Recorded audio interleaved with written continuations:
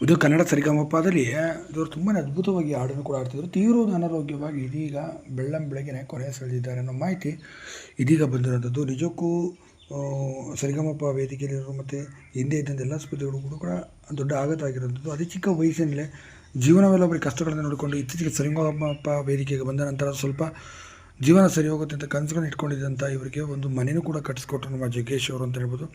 ಇನ್ನು ಈ ಥರ ಏನೋ ಸಂದರ್ಭದಲ್ಲಿ ಇದೀಗ ಕೊನೆ ಸೆಳೆದಿದ್ದಾರೆ. ತೀವ್ರದ ಅನಾರೋಗ್ಯದಿಂದ ಬಳಲ್ತಿದ್ದಂಥ ಇವರು ಸರ್ಕಾರಿ ಆಸ್ಪತ್ರೆಯಲ್ಲಿ ಕೊನೆ ಸೆಳೆದಿದ್ದಾರೆ. ಅವರು ಬೇರೆ ಯಾರಲ್ಲ, ಮಂಜಮ್ಮ ಅವರು. ಇತ್ತೀಚೆಗೆ ಮಂಜಮ್ಮ ಅವರು ತೀವ್ರದ ಅನಾರೋಗ್ಯದಲ್ಲಿದ್ದಾರೆ ಅಂತ ಹೇಳ್ಬಿಟ್ಟು ಸೋಷಿಯಲ್ ಮೀಡಿಯಾದಲ್ಲಿ ಕೂಡ ತಮ್ಮ ಕೈಲಾದಂಥ ಸಹಾಯವನ್ನು ಮಾಡಿ ಅಂತ ತುಂಬ ಜನ ಬಳಿ ಕೇಳಿಕೊಂಡಿದ್ರು. ಆದರೆ ಯಾವ ನಟ ನಟಿಯರು ಕೂಡ ಸಹಾಯ ಮಾಡಲಿಲ್ಲ ಅಂತ ಮಂಜಮ್ಮ ಅವರ ತಂಗಿಯವರು ಕೂಡ ಈ ಬಗ್ಗೆ ಮಾತನಾಡಿ ಹೇಳಿದ್ದರು. ಸದ್ಯ ಹೀಗಾಗಿ ಮಂಜಮ್ಮ ಅವರು ಇದೀಗ ಕೊನೆ ಸೆಳೆದಿದ್ದಾರೆ. ಸದ್ಯ ನಮ್ಮ ಸಹಾಯಕ್ಕೆ ಯಾರೂ ಕೂಡ ಬರಲಿಲ್ಲ. ಸರಿಗಮಪ ವೇದಿಕೆಗಳಿದ್ದಾಗ ಹಾಗೆ ಮಾಡ್ತೀವಿ ಹೀಗೆ ಮಾಡ್ತೀವಿ ಅಂತ ಎಲ್ಲ ಅವರ ಬೇಳೆಕಾಳು ಬೇಯಿಸೋದಕ್ಕೆ ಹೇಳಿದ್ರು ಹೊರತುಬಿಟ್ಟು ನಮಗೆ ಯಾರೂ ₹1 ಸಹಾಯನೂ ಸಹ ಮಾಡಲಿಲ್ಲ. ಆದರೆ ಒಂದು ಮನೆಯನ್ನು ಕಟ್ಟಿಸ್ಕೊಟ್ರು, ಅವ್ರಿಗೆ ನಾವು ಧನ್ಯವಾದಗಳನ್ನು ತಿಳಿಸ್ತೀವಿ ಅಂತ ಹೇಳಿದರು. ಆದರೆ ಇದೀಗ ಮಂಜಮ್ಮ ಅವರು ತೀವ್ರವಾದ ಅನಾರೋಗ್ಯದಿಂದ ಕೊನೆ ಸೆಳೆದಿದ್ದಾರೆ.